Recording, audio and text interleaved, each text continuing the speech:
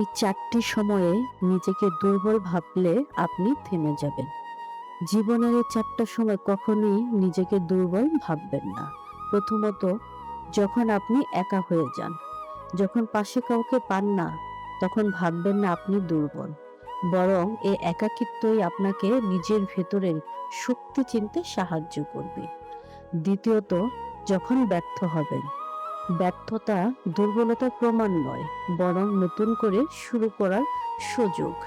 তৃতীয়ত, যখন মানুষ আপনাকে অবহেলা করবে, অবহেলা মানেই আপনার কোনো মূল্য নেই তা নয়, বরং এর মানে হলো আপনার আসল মূল্য তারা বুঝতেই পারছে না। পঞ্চমত, যখন মন ভেঙে যাবে, ভালোবাসায় হোক বা জীবনের কোনো কষ্টে, ভাঙা মন মানেই শেষ নয়। ভাঙা মনই আপনাকে শিখিয়ে দেবে কিভাবে নতুন আলোতে বাঁচতে হয়।